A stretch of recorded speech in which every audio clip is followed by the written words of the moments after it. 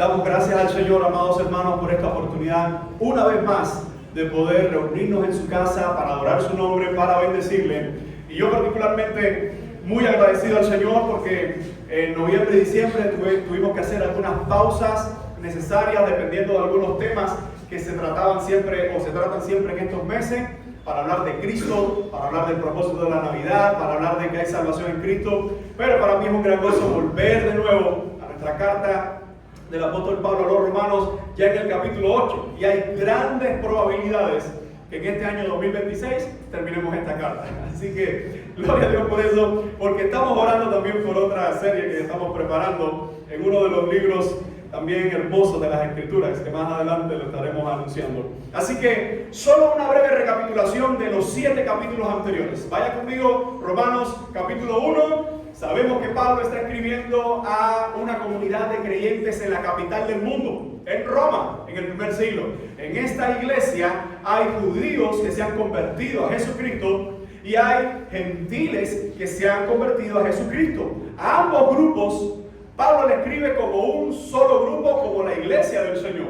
Así que Pablo va a dar una serie de tratados o una serie de consejos, pero también de argumentaciones de lo que es la vida cristiana. Mucha gente habla de lo que es la vida cristiana, incluso mucha gente dice, yo creo en Dios a mi manera. Pablo le estaba escribiendo a esta iglesia, diciéndole, esto no se trata de lo que tú crees, o no se trata de lo que tú quieres creer. Esto se trata de lo que Dios es y cómo Dios quiere que tú le veas y que tú le creas. Así que en todo el capítulo 1 Pablo muestra el deseo que tiene de visitar a estos hermanos, y en los versos 16 y 17 del capítulo 1 está mostrando la tesis de toda la carta. Porque no me avergüenzo del evangelio, dice el apóstol, porque es poder de Dios para entretenimiento. El evangelio es poder de Dios para entretener a las personas. ¿Dice así el texto? El texto dice que el evangelio es poder de Dios. ¿Para qué? Para salvación. ¿Por qué? Porque el corazón de esta carta está atacando la realidad humana. Y la realidad humana es que tú y yo no necesitamos entretenimiento. Tú y yo no necesitamos más dinero, o no necesitamos simplemente salud. Lo que tú y yo necesitamos, lo que necesita este mundo, es la salvación que solamente puede dar Jesucristo. Así que Pablo, después de plantearnos lo que es la tesis de toda la carta, va a recorrer por varios capítulos, como en el capítulo 2, capítulo 3. Pablo parece ser que hace una especie de juicio. Y en ese juicio, los que están en el banquillo de los acusados son, en primer lugar, los gentiles. Dice, todos son pecadores. Pero en segundo lugar están los judíos. Y Pablo dice, todos son pecadores. A lo que Pablo, después de haber acusado a toda la humanidad, después de decirnos que el hombre no tiene esperanza, después de decirnos que el hombre no tiene salvación, después de darnos las verdaderas y más terribles noticias.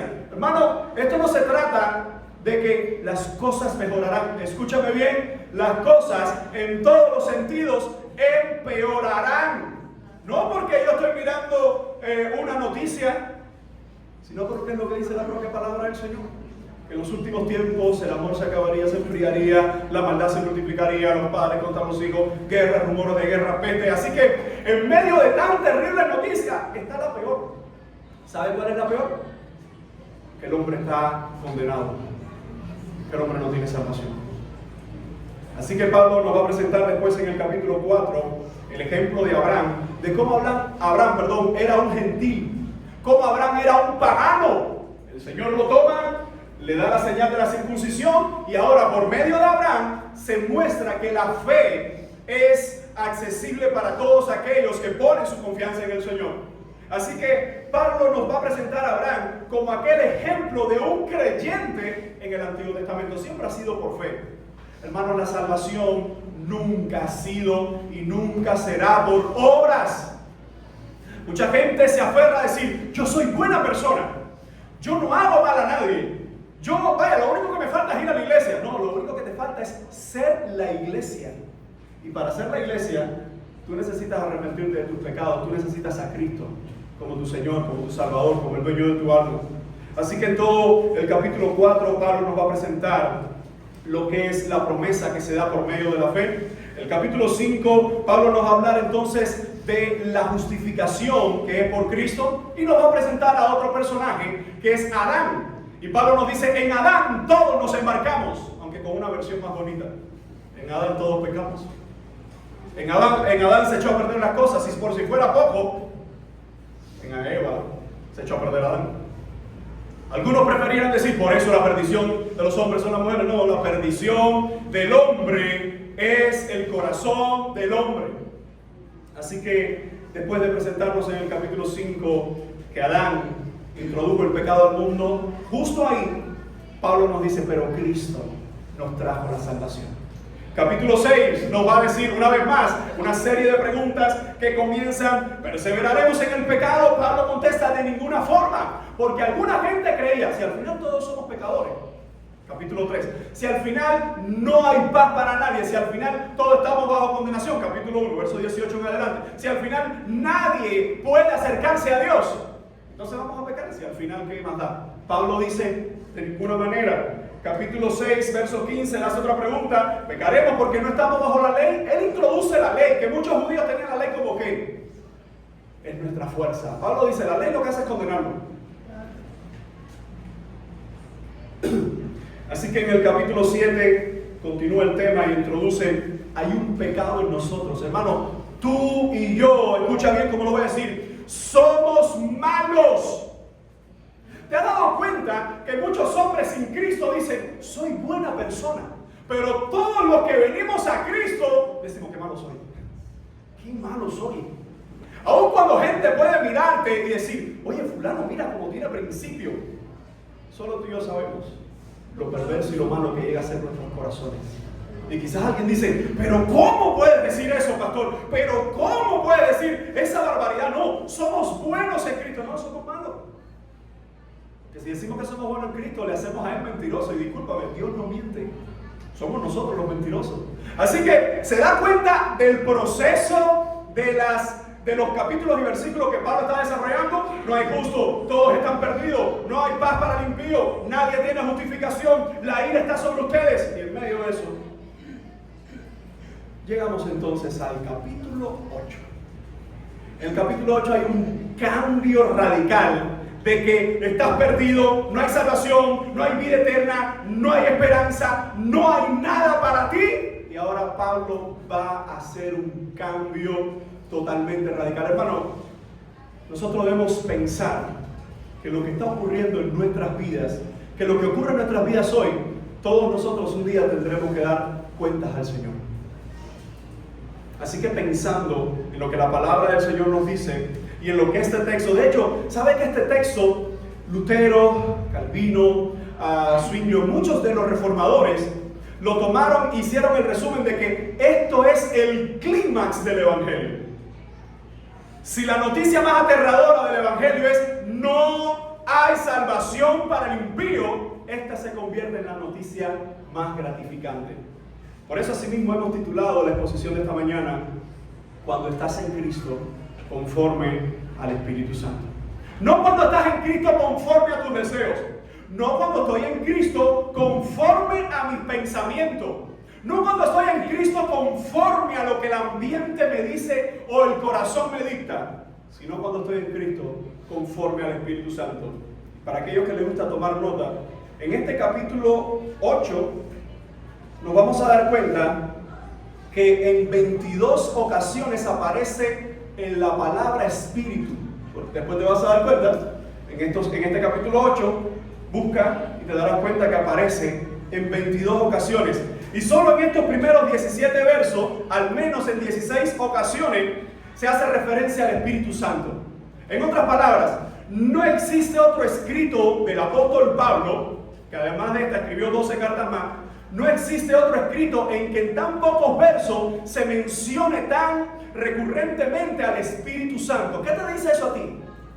Que evidentemente, si hablamos de la mejor y más grande noticia que tenemos en Cristo, tenemos que hablar de la tercera persona de la Trinidad que se nos ha dejado solo a los creyentes, no a los impíos, sino a los creyentes. Así que después de esta introducción, Este es el bosquejo que quisiera desarrollar. Los primeros 8 versículos, vamos a estar hablando de esta primera idea, y es: cuando estás en Cristo conforme al Espíritu Santo, los primeros 8 versos nos van a decir esta frase: no hay condenación. Y en segundo lugar, vamos a ver, cuando estamos en Cristo conforme al Espíritu Santo, ¿qué es lo que hay? Si no hay condenación, ¿qué es lo que sí hay? Vida eterna y glorificación. Así que empecemos con el primer texto que el apóstol nos da, y en el verso 1, fíjense cuál es la afirmación que nos está diciendo Pablo. Ahora pues, pregunta, ¿qué nos viene a la mente si fuéramos nosotros la iglesia de Roma, que estamos escuchando esto porque el pastor iba a leer la carta, literalmente, él iba a leer la carta a la congregación? Pablo nos ha enviado esta carta cuando han recurrido por todos esos 7 capítulos anteriores, que ellos no lo veían en el capítulo y versículo, pero cuando han transcurrido por todas esas ideas de que el hombre está en pecado, de que no hay salvación para el hombre, cuando llega el verso 1 dice: ahora pues. Un cambio, pero un cambio total. Un cambio total de que después de tantas malas noticias, tú dices: ¿qué más? ¿Qué más? Es como nosotros en el contexto cubano. ¿Qué otra mala noticia? Que no voy corriente, eso no sé. Que la salió la oferta. Pero si esa muchacha nunca está aquí, claro que la salió. Que sí. Es decir, ya fíjense a dónde llega la cultura del cubano. Que nosotros somos los primeros, y posiblemente en Latinoamérica, en reírnos de nuestras miserias y de nuestras desgracias. Lo que más risa le da al cubano son las miserias, no cuentos que no tengan que ver con miseria. Ahora, eso nos habla de nuestra idiosincrasia, pero lo cierto es que la iglesia de Roma estaba escuchando el mismo mensaje que tú y yo debemos escuchar hoy. Recuerda, todos estamos condenados. Ahora pues, y hay un cambio de la temática. Miren cómo dice el texto: ninguna condenación hay para los que están en Cristo Jesús. Y aquí vamos a ver estas dos ideas. De hecho, ¿sabe que la palabra, este texto se escribió en griego, y la primera palabra que aparece ahí es ninguna, aunque en español, para que haya una coherencia de ideas, se pone en tercer lugar? Lo primero que está diciendo Pablo es: no hay nada. Y este es el término posiblemente más importante en este texto: ninguna condenación. Pregunta: ¿de qué condenación ya Pablo habló anteriormente? Si nos fijamos en el capítulo 5, ¿puede ir conmigo para entender el tema que viene desarrollando? Capítulo 5, versículo 12, dice: por tanto, como el pecado entró en el mundo por un hombre, y por el pecado la muerte, así la muerte pasó a todos los hombres, por cuanto todos pecaron. Pregunta: ¿qué ocurrió con la humanidad? La caída. ¿Qué provocó en la humanidad? La condenación. El hombre no fue diseñado para morir. El hombre no fue diseñado para que no tuviera una relación estrecha con Dios. Por eso es que hoy el principal problema que tiene la humanidad, mi amado hermano, no es que tiene guerras, no es que tiene miseria. El primer problema que tiene la humanidad es que no tiene a Dios. Es que está enemistado con Dios. ¿De qué le sirve al hombre vivir toda su vida y terminar en el lago de fuego y azufre? Y terminar en el lago de la condenación eterna. La pregunta más grande de la humanidad es: ¿por qué si están bajo condenación no vienen a Cristo? Evidentemente Pablo va a cambiar la temática y dice: quiero hablarle a los creyentes. Dice: ninguna condenación hay para quienes, para las buenas personas, para los que hacen buenas obras, ¿no es verdad? Para los que se portan bien. ¿Qué dice el texto? Ninguna condenación hay para los que están en Cristo Jesús. Mi pregunta es: ¿a qué está haciendo referencia el apóstol Pablo cuando dice ninguna condenación hay para los que están en Cristo Jesús? Pregunta: ¿cómo una persona puede estar en Cristo Jesús? Pregunta 2: ¿qué significa estar en Cristo Jesús de acuerdo con todas las Escrituras? Primera pregunta. Las preguntas son: cuando nosotros hablamos para los que están en Cristo Jesús, ¿qué es estar en Cristo Jesús? ¿Qué dice la Biblia sobre estar en Cristo Jesús? Dejar el pecado, venir arrepentidos y seguir Muy bien, renunciar al pecado, arrepentirnos de él y seguir la voluntad de Dios. ¿Qué más? ¿Qué más podemos entender como qué significa estar en Cristo Jesús?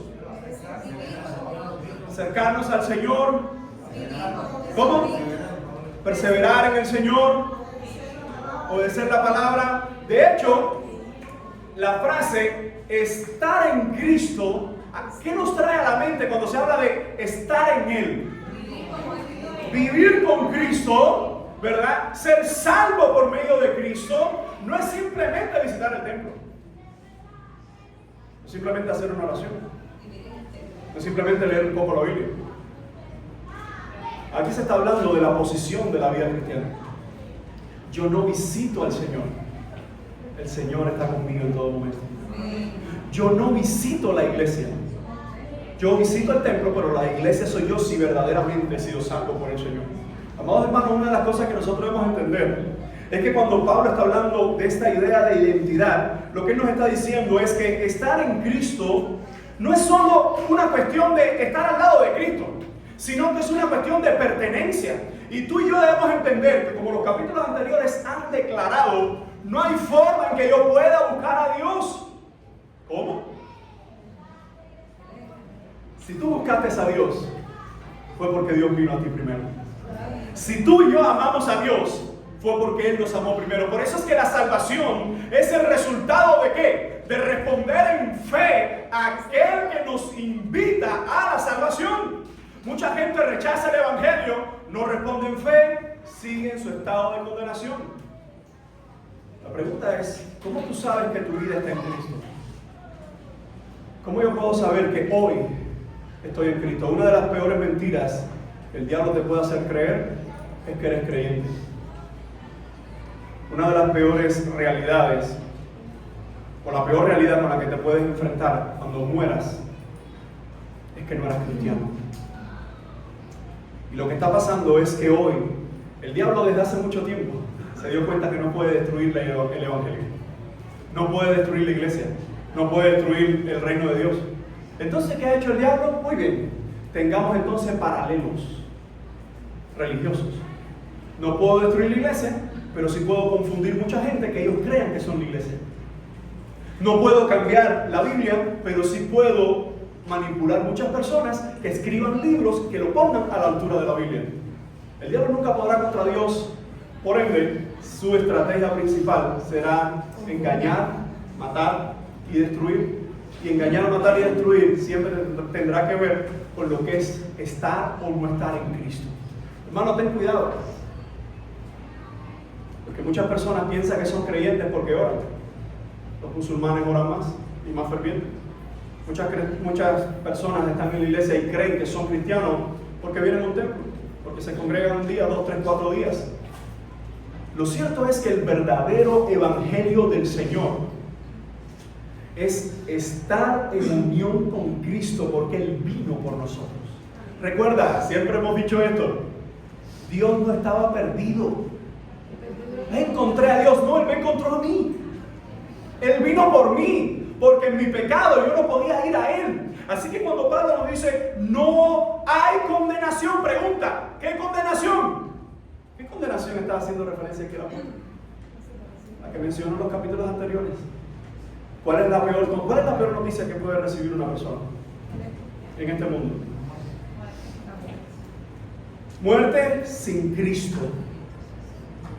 Porque los cristianos también tenemos la noticia de la muerte, pero en Cristo es vida. Aunque suena un poco loco. Y fíjense entonces, como dice el apóstol, no hay condenación. No hay condenación para los que están en Cristo Jesús, los que no andan conforme a la carne. Y Pablo te sigue argumentando, nos sigue diciendo, para que no pensemos que esto es una cuestión ligera. Hermano, la vida cristiana no es una cuestión de liviandad, no es una cuestión de, qué fácil es ser cristiano.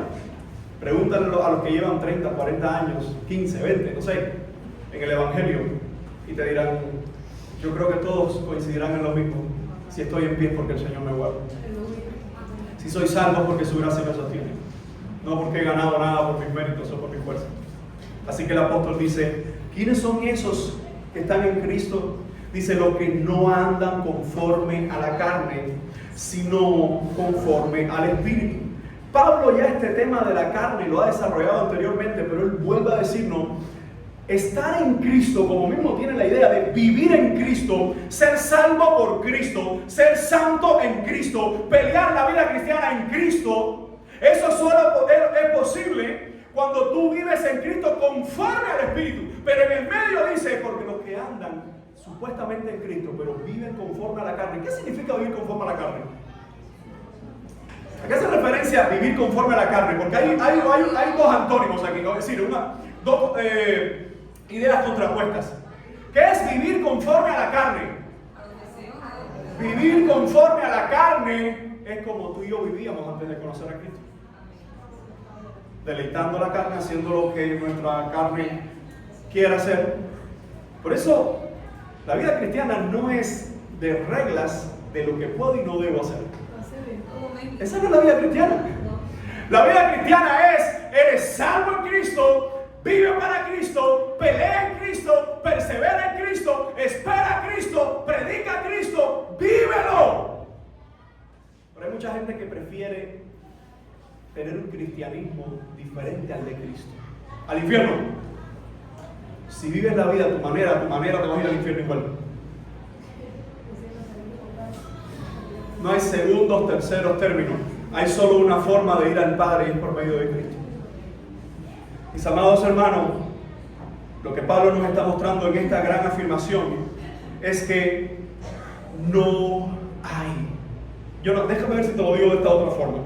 En medio de tantas malas noticias, en medio de tantos desastres, en medio de tanta agonía, yo escucho esto del apóstol después de haber escuchado de que todos estamos bajo condenación, que no hay justo ni aun uno, y en medio de todo esto, Pablo dice, pero recuerda esto, no hay condenación para aquellos que son salvos en Cristo. Esto debe provocar en nosotros gloria a Dios, porque cuando yo miro al espejo, yo veo un corazón perverso que constantemente quiere hacer el mal. Digo, cuando miro a mi espejo, si tú eres un poco sincero, cuando miras el tuyo verás lo mismo. Mis amados hermanos, la palabra del Señor, lo que está afirmando el apóstol Pablo en esta frase, no hay condenación. Él nos está diciendo, hay condenación para todo el mundo, pero dentro de ese mundo, a los que estamos en Cristo, estamos guardados por Él. Escucha, a los que hemos sido perdonados por Jesucristo y vivimos conforme a su palabra, no hay condenación. ¿Y tú recuerdas cuál es el papel de Satanás? Abusar. De hecho, el término diablo viene del griego diabolos. Déjame ponerte aquí. Y ese término diabolos se traduce literalmente como acusador, pero en griego ese dia y ese bolos es literalmente el que arroja dardos. Literalmente la palabra diablo, la idea del idioma es aquel que está lanzando flechas, ¿vale? Y tú piensas que tu vida no va a tener adversidad. Y tú piensas que en tu vida, que tu familia, que tu matrimonio, que tus hijos, que tu corazón no va a estar recibiendo constantemente dardos del enemigo, pues tú no has creído en Cristo.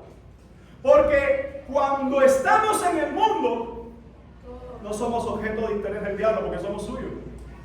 Pero una vez venimos a Cristo, nos convertimos en objeto no solo de este mundo, no solo de nuestra carne, sino también del enemigo de las almas. Así que esta afirmación nos está mostrando lo que ahora Pablo comienza a dar de los versos 2 al 8, las explicaciones de cómo no hay condenación en Cristo. En primer lugar, dice un porque. Fíjense cómo comienza todos estos versículos. ¿Por qué?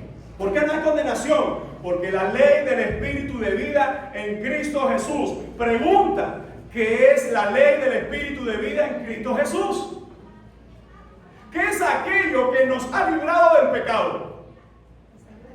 Todas esas frases, ¿en qué se pudiera resumir? Si alguien te dice, ¿qué fue lo que te salvó? ¿Qué fue lo que vino a tu vida, que te cambió por completo? ¿Qué fue? Jesucristo. Ahora, cuando se usa esta frase, la ley del Espíritu de vida en Cristo Jesús, recuerda, ya Pablo ha hablado que la ley produce muerte. Mis amados hermanos, la ley del Espíritu de la vida, entre tantas cosas que puedo hacer, engloba una: el Evangelio de salvación. El buen mensaje, el único mensaje, la única vía para ser salvo. Lo que está diciendo el apóstol Pablo: no hay condenación. Mire, ¿cuántos de nosotros en tantas ocasiones de nuestras vidas tenemos acusación en nuestra mente? Vienen ideas de que, ¿por qué lo hiciste? No tenías que haber pensado así, no tenías que haber actuado así. ¿Y qué hacemos con cada una de esas acusaciones? El corazón no creyente no le interesa, porque su conciencia en muchas ocasiones llega a cauterizarla, no le interesa hacer el mal. Pero los creyentes, todas esas acusaciones que vienen a nosotros, debemos tener mucho cuidado de qué tipo de acusaciones son y de dónde vienen. Cuando son acusaciones de Satanás, nosotros entendemos que en Cristo tenemos perdón. Pero cuando las acusaciones son de nuestro propio espíritu, testificadas por el Espíritu de Dios, tenemos que arrepentirnos. Así que lo que está diciendo Pablo: porque la ley del Espíritu de vida en Cristo Jesús me ha librado de la ley del pecado y de la muerte. Tomé una nota acá que dice: lo que Pablo nos dice es que para los que están en Cristo, no solo de un modo forense, habiendo quitado la culpa de sus pecados por su muerte, sino también espiritualmente. Amados hermanos, es por medio del Evangelio que escuchamos el mensaje: hay vida eterna. Nosotros tenemos que a veces, y lo digo por mí, a veces tenemos que hacer pausas y decir: Señor, perdóname, porque sin darme cuenta me estoy aferrando mucho a este mundo. Sin darme cuenta me estoy aferrando mucho a este mundo. Si es bueno tener la casita mejor, si es bueno tener mejor transporte, si se puede mejor, si es bueno poder vestir un poquito a tus hijos, pero al final eso es secundario. Porque mucha gente se olvida de Dios y se olvida del Evangelio por las cosas de este mundo. El dinero no cambia los corazones, el dinero muestra quién es el que está en tu corazón. El poder no cambia el corazón, el poder muestra quién está en tu corazón. Por eso nadie puede decir: no, yo cambié porque ahora no. Tú no cambiaste, tú sacaste lo que tú eras. En el momento de presión o en el momento de abundancia sale el verdadero yo. Y fíjense cómo la palabra nos dice: la ley del Espíritu de vida en Cristo Jesús me ha librado. Ahorita lo cantábamos: el Señor rompió mis cadenas. Hermano, las cadenas que nos llevaban atados hacia el infierno, Él las quitó. Por eso es que no es concebible que una persona que ha sido salva, si verdaderamente ha sido salva, todavía quiere regresar a la pecaminosidad de este mundo, todavía quiere deleitarse en las perversiones de este mundo.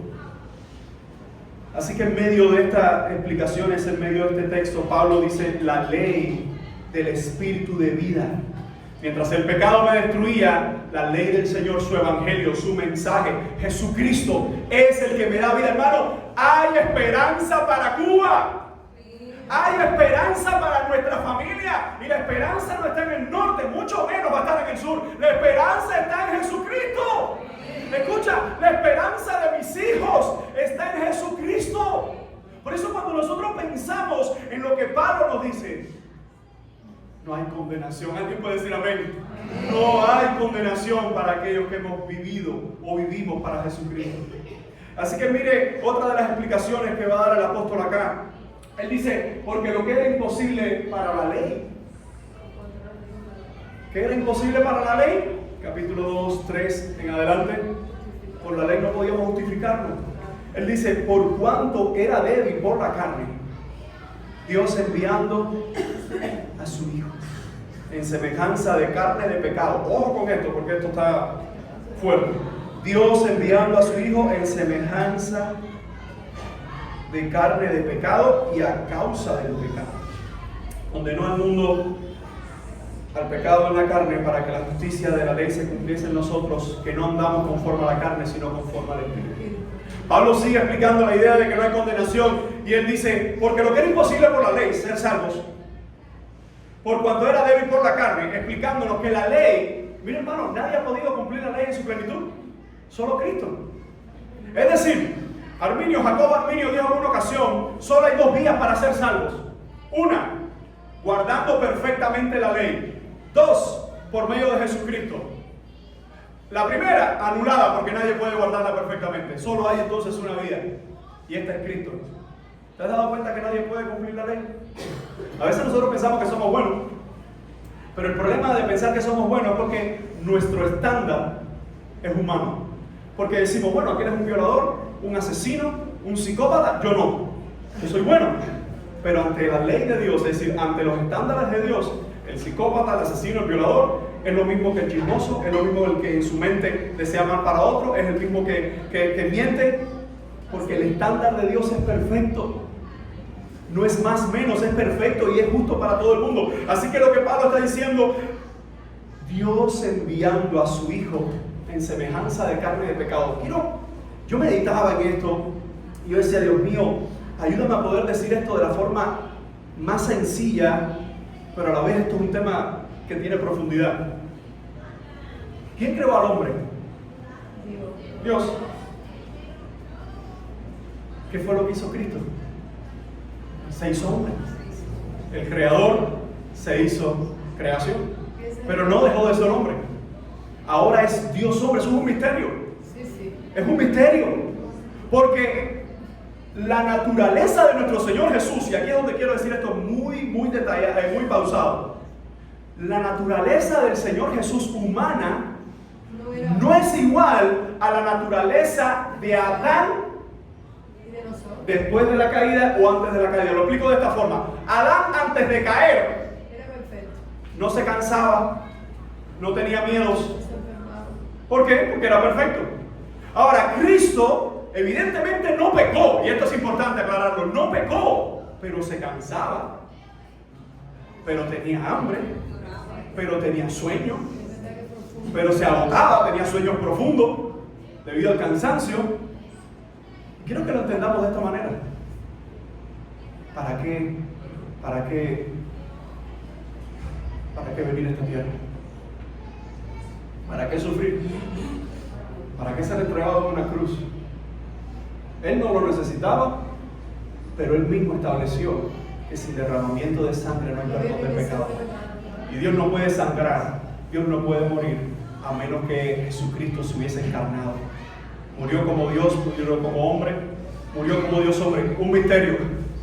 Una vez más, un misterio. Lo que sé que en ese gran misterio, como hay una frase de Bill Graham que estaba leyendo en estos días, y él decía, yo no estaba en el Edén y heredé la culpa, pero tampoco estaba en el Calvario y heredé la salvación. Amado hermano, bajo esta temática no hay condenación. Lo que el apóstol nos dice, a su Hijo en semejanza de carne de pecado, y a causa del pecado condenó al pecado en la carne. Dice, para que la justicia de la ley se cumpliese en nosotros, que no andamos conforme a la carne, sino conforme al Espíritu. Fíjense cómo Pablo reitera una vez más que la idea de Dios de salvarnos es para qué. Hermano, el fin no es salvarnos. Voy a explicar esto rápido. Él nos salvó, ¿para qué? Para que le demos gloria a Él. Es decir, no somos salvos simplemente para quedarnos así. Somos salvos para darle gloria.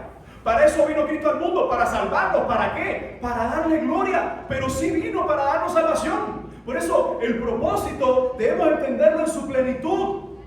Él vino para darnos vida, vida en abundancia, salvación del pecado y salvación de las condenaciones que provocaron o trajeron el pecado, las consecuencias.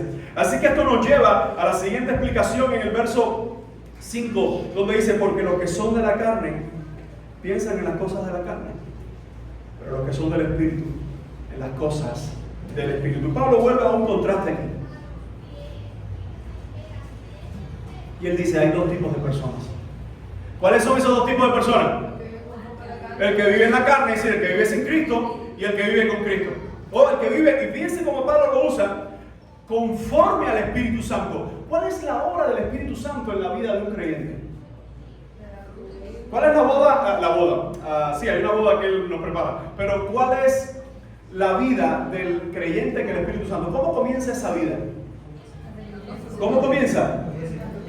Convencimiento del pecado, lo que conocemos también como bautismo del Espíritu Santo. Después se representará en agua, pero es el bautismo, es decir, pasar de muerte a vida. Él nos convence de pecado, nos justifica, nos presenta delante del Señor, nos sella, nos guarda y sigue la obra en nuestras vidas. Amados hermanos, hay dos formas de vivir: conforme a la carne y conforme al Espíritu. La pregunta es, ¿conforme a qué tú estás viviendo? ¿Conforme a qué yo estoy viviendo? ¿Te has dado cuenta que la mayoría de las veces que queremos vivir como nosotros queremos vivir, siempre salimos mal? ¿Por qué? Porque a tu manera y a mi manera no funciona. Hermanos, no pensemos que porque deseamos algo siempre va a ser lo mejor. Por eso, cuando Pablo nos dice los que son de la carne siempre van a pensar en las cosas de la carne. Hay gente que su deleite es pensar en las cosas pecaminosas, en las cosas malvadas. Mas Pablo nos dice, pero aquellos que son del Espíritu. ¿Recuerdan? En aquella primera frase, estar en Cristo conforme al Espíritu. Ahora nos dice, aquellos que son del Espíritu piensan en qué o viven en qué, en las cosas del Espíritu. Mire entonces esta última explicación en los versos 6 al 8 de que no hay condenación, porque el ocuparse de la carne es muerte. ¿Qué es ocuparse de la carne? ¿Qué viene a nuestra mente cuando nosotros pensamos ocuparse de la carne? Vivir en el pecado. Ocuparnos de la carne. Y recuerden que es un contraste. Ocuparnos de la carne, algo lo dice, es vivir en el pecado. Pero no solo vivir en el pecado, sino gestionar todas las cosas para que el pecado siga siendo practicado. Si nosotros pensamos en la condición de nuestros corazones, hermanos, el mejor y más glorioso mensaje es que no tenemos condenación, porque a pesar de que luchamos contra el pecado, el Señor es nuestro Salvador. Y eso puede sonar un poco, ya lo hemos escuchado tantas veces, pero necesitamos escuchar el Evangelio 1000 veces más. Y después de las mil veces necesitamos escucharlo 1000 más y 1000 más. ¿Por qué? Porque a mi carne se le olvida.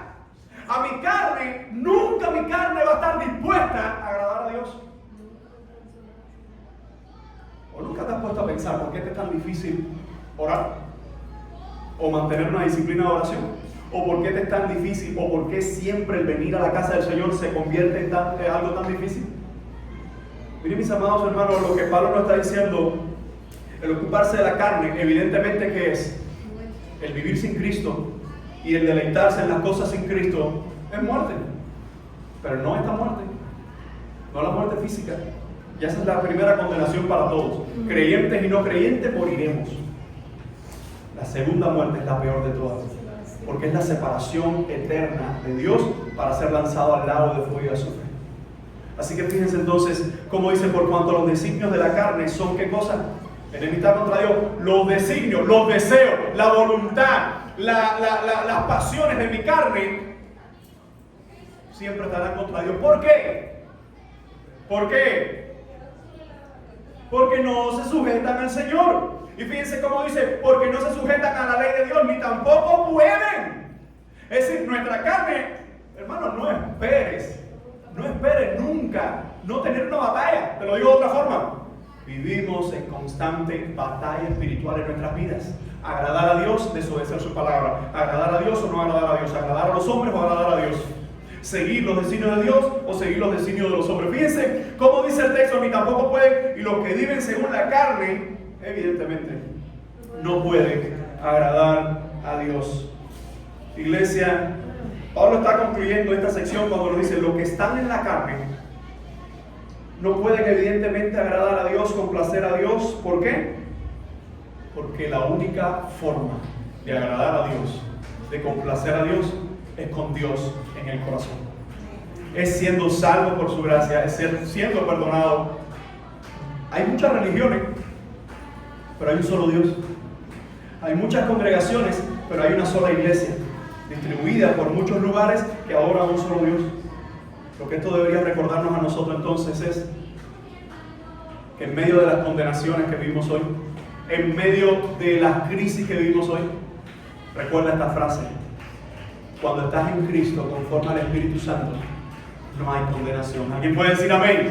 Así que pasamos a la segunda y última idea en esta mañana, y es que cuando estás en Cristo, conforme al Espíritu Santo, ¿qué es lo que hay?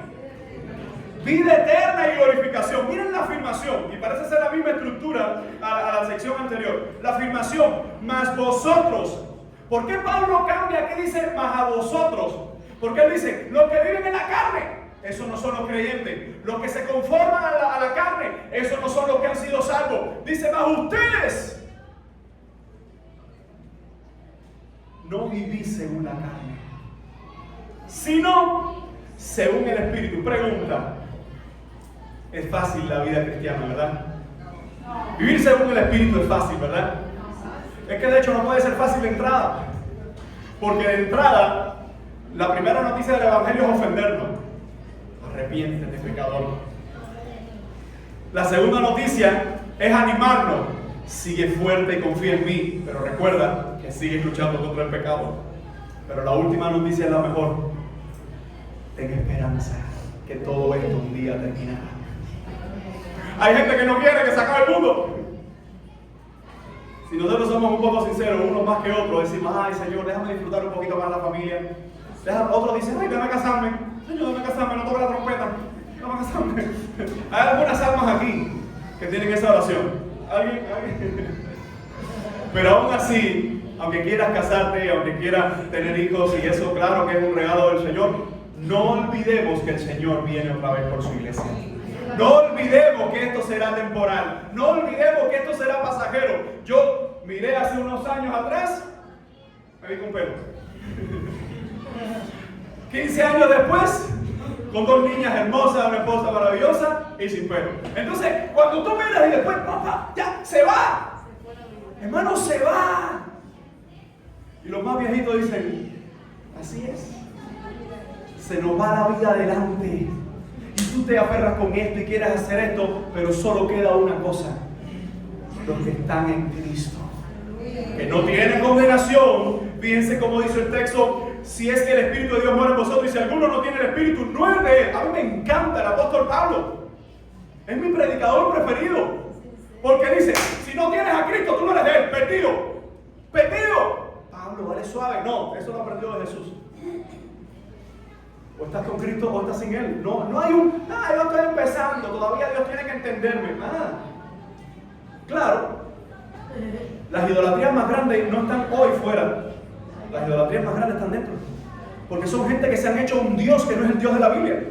Gente que se han hecho una idea de la iglesia que no es la iglesia de la Biblia. Que es la comunidad de los santos, de los redimidos, que adoran al Señor, que viven para el Señor, que peleamos contra el pecado. Pero que seguimos esperando al Señor. Porque Él es nuestra esperanza.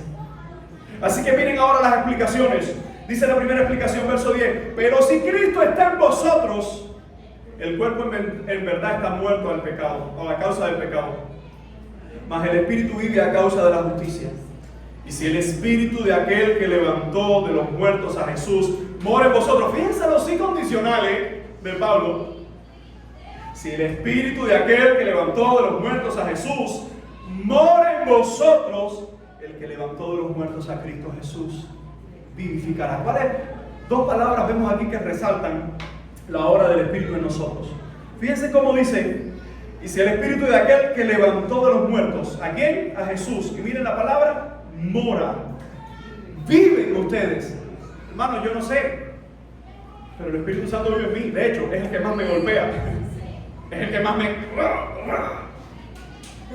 Pero también es el que me anima. Pero también es el que cuando ya no puedo más, es que está ahí y dice, estoy contigo. ¿Te has dado cuenta que el Espíritu de Dios es diferente a las amistades humanas? Hay amigos que están contigo cuando solo hay cosas buenas. Los verdaderos están en todo momento. Pero hay incluso buenos amigos que en los buenos momentos no pueden estar con nosotros. Pero el Espíritu Santo está en todo momento con su iglesia. Está en todo momento conmigo. Cuando estoy luchando con mis ojos, cuando estoy luchando con mis pensamientos, cuando estoy luchando con mi corazón, pero también cuando estoy completamente desmayado. Pero también cuando estoy completamente en el piso pidiendo perdón al Señor por mi falta, por mi familia, pero también cuando estoy animado y le estoy dando gloria. Él me dice, recuerda que esto se trata de mí, no es de ti. Hermano, tú y yo, hermano, salte, vamos a salirnos del centro de la foto. La foto de esta vida no somos nosotros. La foto de esta vida se trata de Cristo. Se trata de que Él sea el centro en nuestras vidas. Así que cuando Pablo nos dice, y si el espíritu de aquel que levantó de los muertos a Jesús mora en vosotros, ese mismo el que levantó de los muertos a Cristo, ¿qué dice? Vivificará también vuestros cuerpos mortales por su espíritu. Amado hermano, cuando nosotros vemos esto, la promesa es, si Él levantó a Jesús de la muerte, tú piensas que no te va a levantar a ti. Si Él dio vida, ¿tú crees que no te dará vida? Por eso que la Biblia menciona que la obra del Espíritu Santo en nuestros corazones tiene que ver con el sello del Señor. Tiene que ver con que, está bien, soy defectuoso, pero le pertenezco a Él. Tengo batallas, tengo defectos, pero Él me sigue transformando. Pero Él sigue obrando en mi corazón. Fíjense ahora cómo pasa el versículo 12. Así que, hermanos, recuerden, ya que hay vida y glorificación, dice, deudores somos. ¿Cuántos de nosotros sabemos lo triste que es estar en una deuda? De las dos partes. Porque si es triste deberle a alguien, triste que te deban a ti. De cualquiera de las dos. Pero creo que muchos de nosotros en diferentes momentos, y algunos empiezan a decir, mira que eso es para ti, lo que me debes. Amado hermano, el hombre está en deuda con Dios. La creación está en deuda con el Creador. Y solo hay una forma de pagarle: Jesucristo. Solo hay una forma de aplacar su ira: Jesucristo. Solo hay una forma de tener esperanza: Jesucristo. Solo hay una forma de salir del pecado: Jesucristo. Solo hay una forma de verle una vez más y cenar con Él y estar con Él por la eternidad: Jesucristo. Por eso, si hablamos de la iglesia, si hablamos de la vida cristiana, no podemos sacar a Jesucristo de nuestros labios, de nuestros corazones, de nuestra mente, de la predicación de la iglesia, de la música de la iglesia, del testimonio en la calle. Cristo tiene que verse en nosotros. Y nosotros intencionalmente tenemos que mostrarlo. Fíjense entonces cómo dice Pablo: deudores somos, no a la carne, para que vivamos conforme a la carne. Porque si vivís conforme a la carne, moriréis. Mas si por el Espíritu hacéis morir las obras de la carne, viviréis. ¿Qué es por el Espíritu hacer morir las obras de la carne? ¿Qué significa? Quiero que pensemos en esto, porque aquí es cierto que Pablo está usando frases teológicas, pero vamos a la parte práctica. ¿Cómo yo puedo, por el Espíritu Santo, hacer morir las obras de la carne? ¿Cómo yo puedo hacer eso? ¿Cómo tú en tu vida podemos, por medio del Espíritu, hacer morir las obras de la carne? Te lo voy a decir de esta forma. Tú quieres que tu vida cristiana crezca, pero ¿qué tiempo tú dedicas a tu comunión con Dios? ¿Qué tiempo tú dedicas a tu lectura de la palabra? ¿Qué tiempo tú dedicas a poner en práctica la palabra? ¿Qué tiempo tú dedicas a congregarte? ¿Qué tiempo tú dedicas a decir: Señor, dime en qué quieres que te sirva? Hermano, yo lo voy a decir porque, pero es muy probable que entre nosotros haya gente que no sea cristiana todavía. Quizás tú mismo todavía no tienes convencimiento, o tú creías que eras salvo. Lo peor que nos puede pasar en esta vida se puede ver de dos formas: la gente que no es salva y no le interesa. Pero tan malo como es eso, es gente que se crea salva y no lo es. Así que el apóstol nos está diciendo: somos deudores. Y fíjense cómo, yo quiero que usted note la estructura. Él dice: deudores somos. Pero a continuación, él no dice a quiénes somos deudores. Él dice de qué no somos deudores, ¿sí o no? Miren la línea de pensamiento. Deudores somos. La pregunta: ¿de qué somos deudores? Dice Pablo: no de la carne, para que vivamos conforme a la carne. Porque si vivís conforme a la carne, moriréis. Mas si por el Espíritu hacéis morir las obras de la carne, viviréis. La pregunta es: ¿de quién entonces somos deudores? De Cristo. Yo no sé tú, pero se lo debo todo a Él. Hay un cantante que hoy está perdido entero. pero tiene una canción antigua que dice: todo se lo debo a Él. Todo, mi vida, mi casa, mi familia, todo se lo debo a Él. Iglesia, todo se lo debemos a Él, lo que respiramos. ¿Cuántos dicen: Señor, todo te lo debo a ti? Así que entonces fíjense cómo terminará esta porción. En el versículo 14 dice: porque todos los que son guiados por el Espíritu de Dios, escuchen bien, estos son hijos de Dios. ¿Quién guía tu vida? ¿Quién guía? Yo recuerdo cuando estaba en la secundaria que empezó a hacerse muy pero muy famoso esta cuestión de los astros y los símbolos del zodiaco. Yo soy Piscis, yo soy Géminis, yo soy Sagitario, y toda esa bobería, esa soncera. Y la gente decía: no, yo soy esto, y como soy esto, yo soy emprendedor, y como esto. ¿Verdad que el hombre, cuando no tiene a Dios, no tiene una capacidad de hablar sandeces? Pero dice el verso 14: todos los que son guiados por el Espíritu de Dios, estos son hijos de Dios. Hermano, que el Señor guíe nuestras vidas no siempre va a ser fácil, pero siempre tiene garantía. Lo repito, que Dios guíe nuestras vidas no es sinónimo de que todo va a ser fácil, pero sí es sinónimo de que hay garantía. Porque si Él invita, Él paga. Porque si Él maneja, Él cuida. En estos días que estoy un poco ahí aprendiendo a manejar, me he montado con 2 o 3 choferes ahí, unos más que otros ahí, me van diciendo fa. Y uno de ellos, yo he disfrutado estos días, porque Dios dice: ay Dios mío, esto es por gracia, porque a veces lo que somos, no somos muy inteligentes para esto de manejar. Y me monté a uno de estos hermanos muy amados atrás, y cuando fui a salir, yo no sé qué hice, pero hice lo más difícil. La bomba hizo...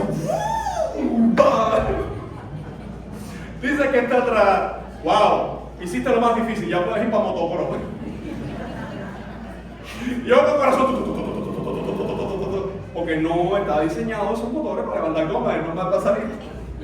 Por eso es que ahí... Pero quiero que pensemos en esto, hermano. No queramos manejar nuestra vida como nosotros queremos. No queremos hacer las cosas de nuestra vida como nosotros mejor nos plazca, o en nuestra ignorancia, como pensemos que sea la mejor forma. Lo mejor que puede ocurrir en nuestras vidas cuando somos salvos es decirle: Señor, guíame tú. Señor, cada uno de los pasos que voy a dar, Señor, ven tú delante de mí.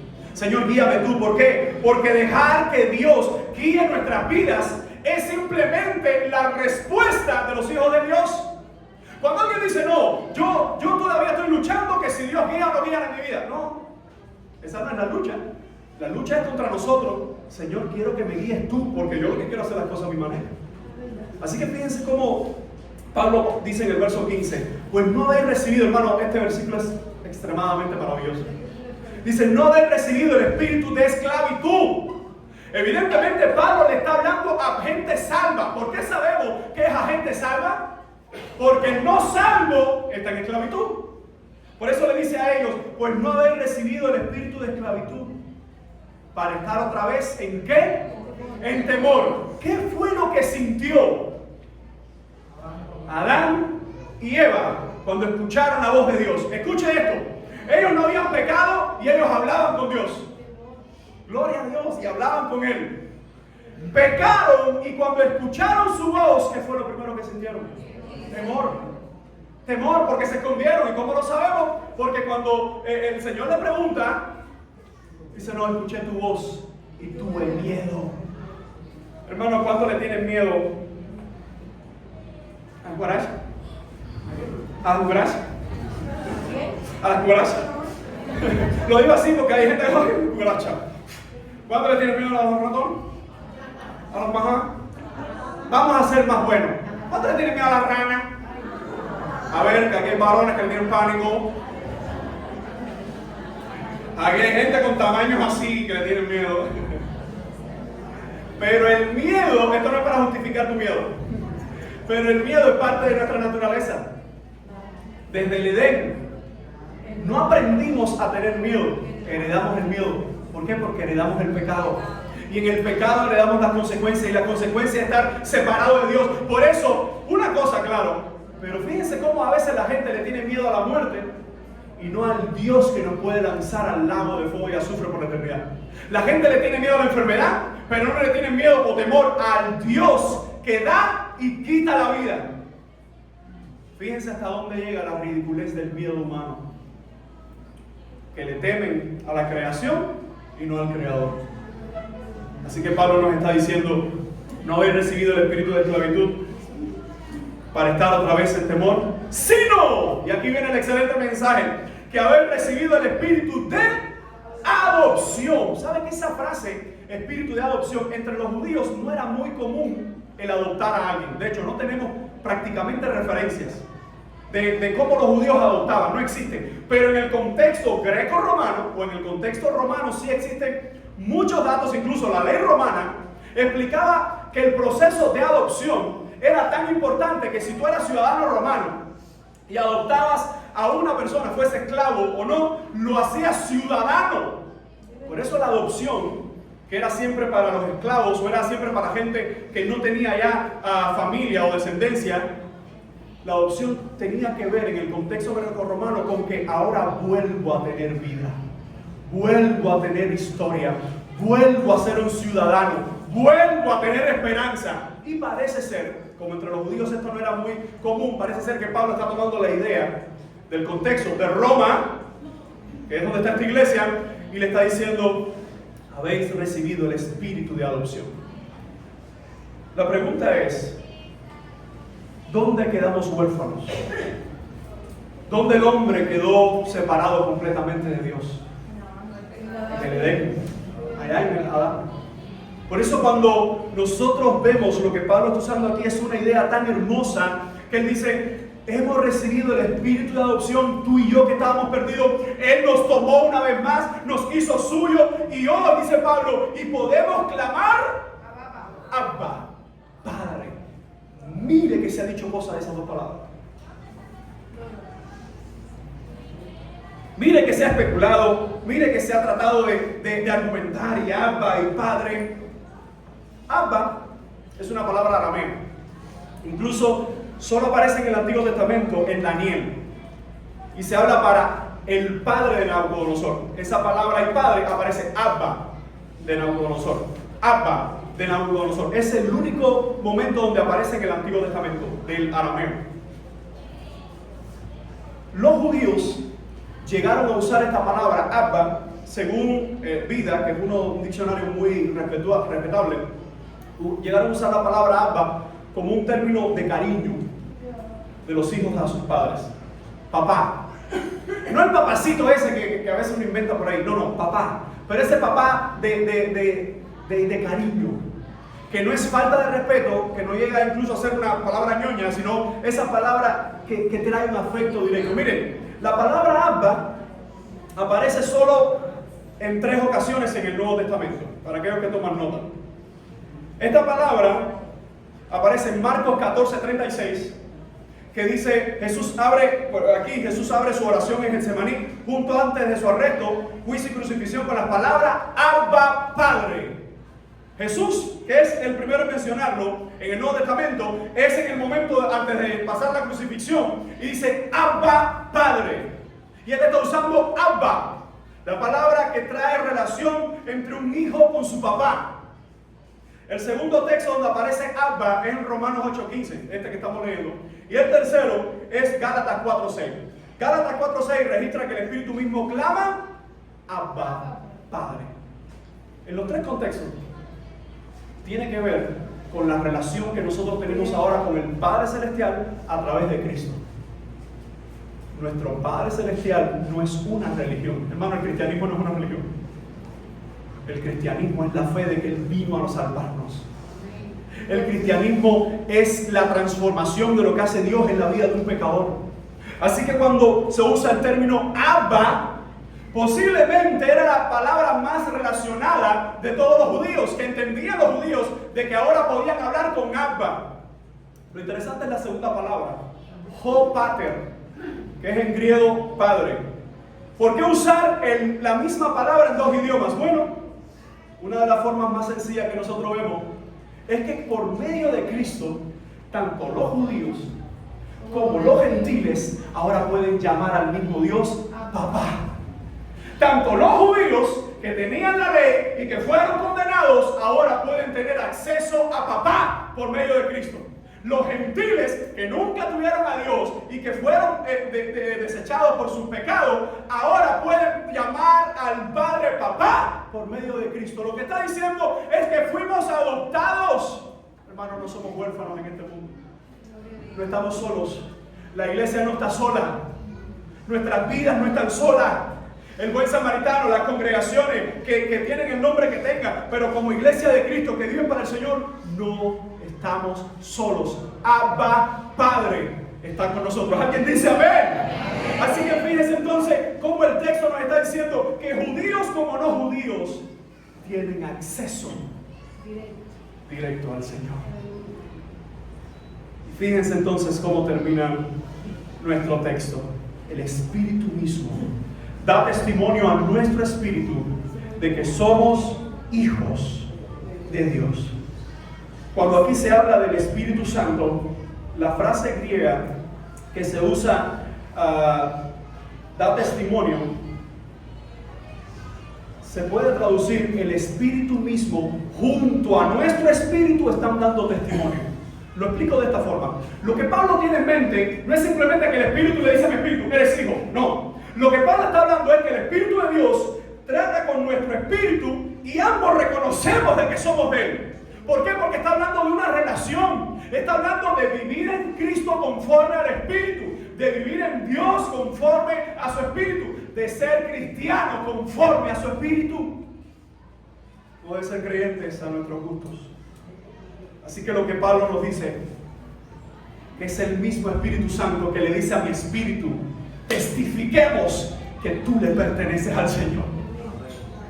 Hermano, ¿cómo sé que soy cristiano? Porque el Espíritu Santo me confirma que le pertenezco.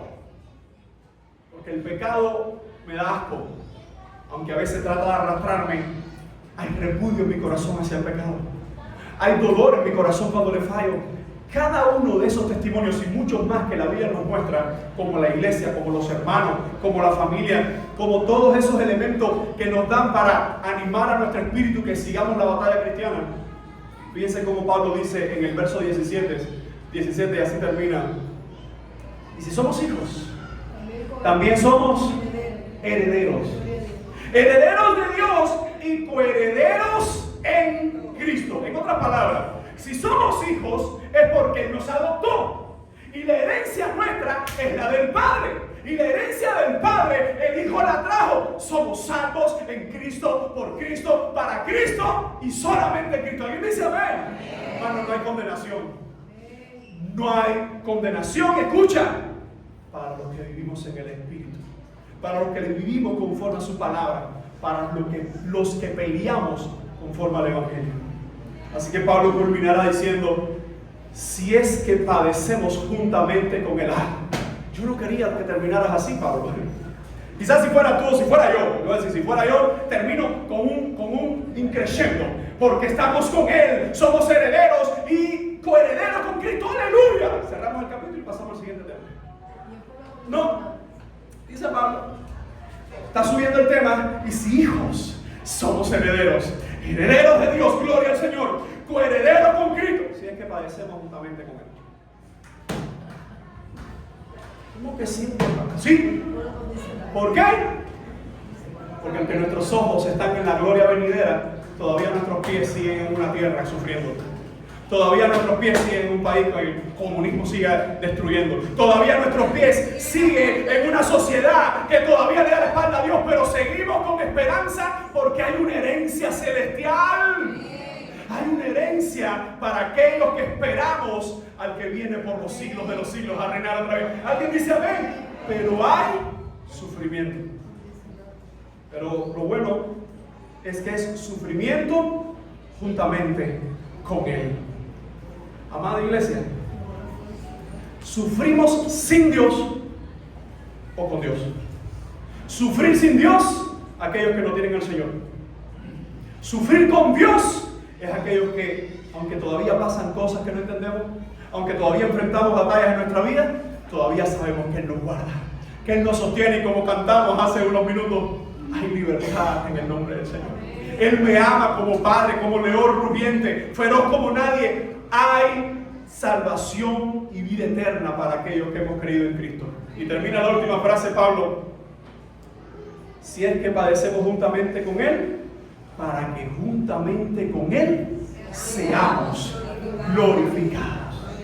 Después de hablarnos de vida eterna, de padecimiento, nos recuerda Pablo, y ahora sí termina con el clímax, que yo creo que es el más glorioso de todos, para que juntamente con Él seamos glorificados, hermano.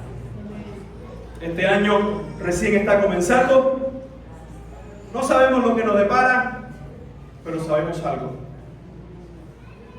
Cuando estás en Cristo, conforme al Espíritu Santo, en primer lugar, no hay condenación. No hay condenación. Cuando estamos en Cristo, conforme al Espíritu Santo, en segundo lugar, hay vida eterna y hay glorificación. Hermano, el Señor viene otra vez por su iglesia. Seamos fieles, vivamos para el Señor con nuestra fuerza y no nos quedemos solo en palabras, no nos quedemos en pensamiento o en deseo, sino que vivamos la verdadera fe cristiana. Por eso yo quisiera terminar. Si hay alguien en este lugar que todavía su vida no le pertenece al Señor, yo voy a hacer una oración. Señor, en esta hora, si hay alguien que necesita salvación, después de esta exposición, después del Evangelio predicado, rogamos que tu Espíritu Santo salve. Si hay alguien, aunque no tiene que levantarse, pero si hay alguien aquí que tu palabra ha estado taladrando en sus corazones, salva su alma ahí donde está.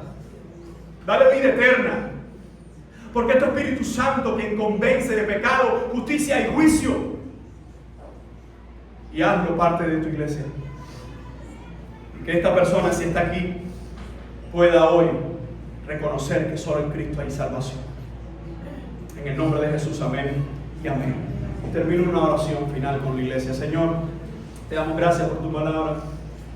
Gracias por tu verdad. Te necesitamos, Dios. Te amamos, Dios. Y te pedimos que nos ayudes a poner en práctica este glorioso mensaje.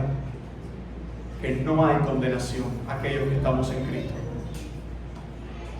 Que no hay condenación a aquellos que vivimos en Cristo conforme a tu Espíritu Santo, conforme a tu palabra. Que lo que hay para aquellos que somos tus hijos es vida eterna y glorificación. Ayúdanos a permanecer fieles, aun cuando hay padecimientos, aun cuando hay sufrimiento. Ayúdanos a vivir para ti, por medio de Jesucristo, en el nombre de Jesús. Amén y amén.